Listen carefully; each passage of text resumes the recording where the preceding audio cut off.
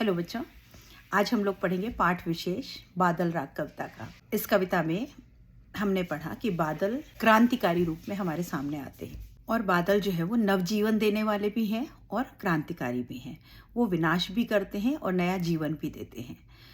और वो किसको नया जीवन दे रहे हैं? जो निम्न वर्ग के लोग हैं, जो कि इस समय त्रासदी झेल रहे हैं, उनको वो नया जीवन प्रदान कर रहे हैं।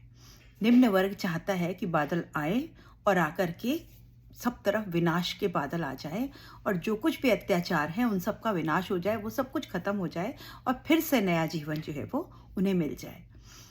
और वो बादल को आह्वान करते हैं। ये एक आह्वान गीत है, मतलब पुकार रहे हैं, बादल को बुलाया जाए। इसमें भाषा संस्कृतनिष्ठ तत्सम शब्दों से युक्त साहित्यिक भाषा है। कविता में प्रतीकों और बिंबों का सुंदर प्रयोग किया है। बहुत सुंदर प्रतीक हैं इसमें।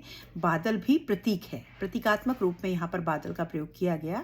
बादल को क्रांतिकारी योद्धा के रूप में प्रस्तुत किया कि बादल वो आएंगे, वो अपनी तरी लेकर के, नौका लेकर के आएंगे और उसमें उनके हथियार होंगे, अस्त्र शस्त्र होंगे, उसको लेकर के आएंगे और फिर वो जो उच्च वर्ग के लोग हैं जो हमारे ऊपर अत्याचार कर रहे हैं उनका विनाश कर देंगे। तो यहाँ पर क्रांतिकारी योद्धा है। छोटे शब्दों और वाक्यों से कविता में अद्भुत प्रवाह आया है। वाक्य बहुत छोटे छोटे हैं और बिल्कुल सरल शब्दों का प्रयोग किया है। उससे क्या हुआ है? कविता में फ्लो आ गया है, प्रवाह आ गया है। बादलों का मानवीकरण कर दिया गया। बादल यहाँ पर उनको बुलाया जा रहा है। बादल जो है वो क्रांतिकारी योद्धा के रूप में है। वो आकर के हमारे दुखों को दूर करने वाले हैं। वीर रस की कविता है। यहाँ पर रस कौन सा है? वीर रस। विद्रोह के बादलों को क्रांति का प्रतीक मानकर आह्वान किया गया है। प्रतीकात्मक शैली है, लेखन शैली प्रतीकात्मक है, भाषा सहज है और मुक्त छंद का प्रयोग किया गया है। यहाँ छंद में बधी हुई कविता नहीं है, मुक्त छंद है।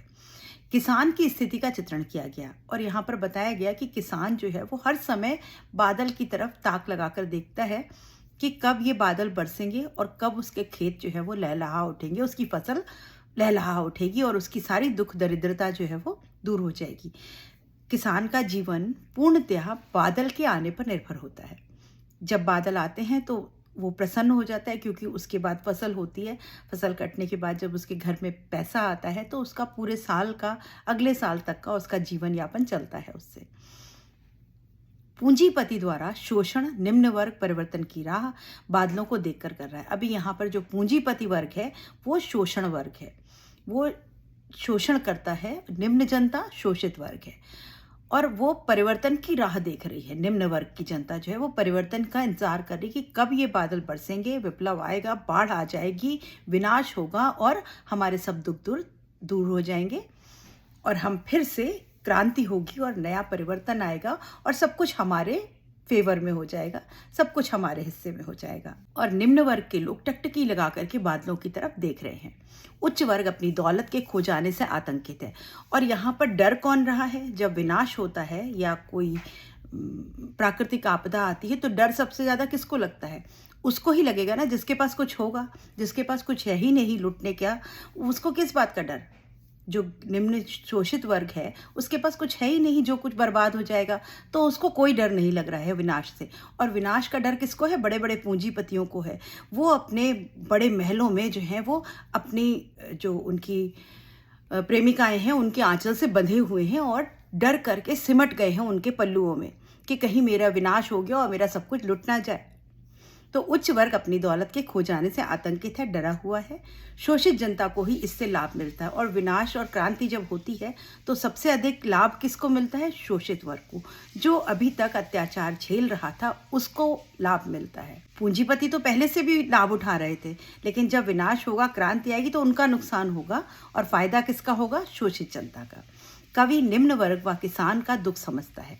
कवि यहाँ पर समझ रहा है कि उनको कितना दुख है और वो उनके साथ है। कवि यहाँ पर किसका साथ दे रहा है? निम्न वर्ग का, शोषित जनता का साथ दे रहा है। इसीलिए वो चाहता है कि हे बादल आओ और जोर से बरसो और अपनी इस तरी में अस्त्र शस्त्र लेकर आ जाओ और तुम तो क्रांतिकारी योद्धा हो, आकर के विनाश कर दो और विप्लव ले आओ, बाढ़ ले आओ, यहाँ पे सब कुछ समाप्त हो जाए, जितना भी अत्याचार शोषण है वो सब समाप्त हो जाए और फिर उस कीचड़ में से वो कमल निकलेगा और वो एक अंकुर, उसमें से बीज में से अंकुर फूटेगा और नए पौधा, नया पल्लवित होता हुआ पौधा निकलेगा और क्रांति होगी। क्रांति मतलब परिवर्तन। अब वो परिवर्तन किसके फेवर में है, वो सारा परिवर्तन किसके लिए होगा? निम्न वर्ग का उससे लाभान्वित होगा। तो ये है एक छोटी सी कविता जो कि जिसे कि आवाहन गीत कहते हैं, बादल राग। तो बच्चों, कविता बहुत छोटी है लेकिन इसकी कुछ बातें, कुछ शब्द आपको याद रखने होंगे, जैसे क्रांतिकारी योद्धा, विनाश, विप्लव, विनाश के बादल और वीर रस की कविता, मुक्त छंद है, प्रतीकात्मक शैली है और यहाँ पर व्यंग किसके ऊपर किया गया है? पूंजीपति द्वारा, पूंजीपतियों पर व्यंग किया गया। और किसके साथ है कवि? वो है निम्न वर्ग के साथ। और ये एक आवाहन गीत है जिसमें कि बादलों को बुलाया जा रहा है। बादल एक का मानवीकरण कर दिया गया है। बादल यहाँ पर योद्धाओं का प्रतीक रूप है। मुझे उम्मीद है बच्चों कविता याद आ गई होगी। इन बिंदुओं को याद करके आप अपनी प्रश्नों के उत्तर में अगर इसका प्रयोग करेंगे तो आपको बहुत अच्छे अंक मिलेंगे। मिलते हैं अगले वीडियो में अगले पाठ के पाठ विशेष के साथ।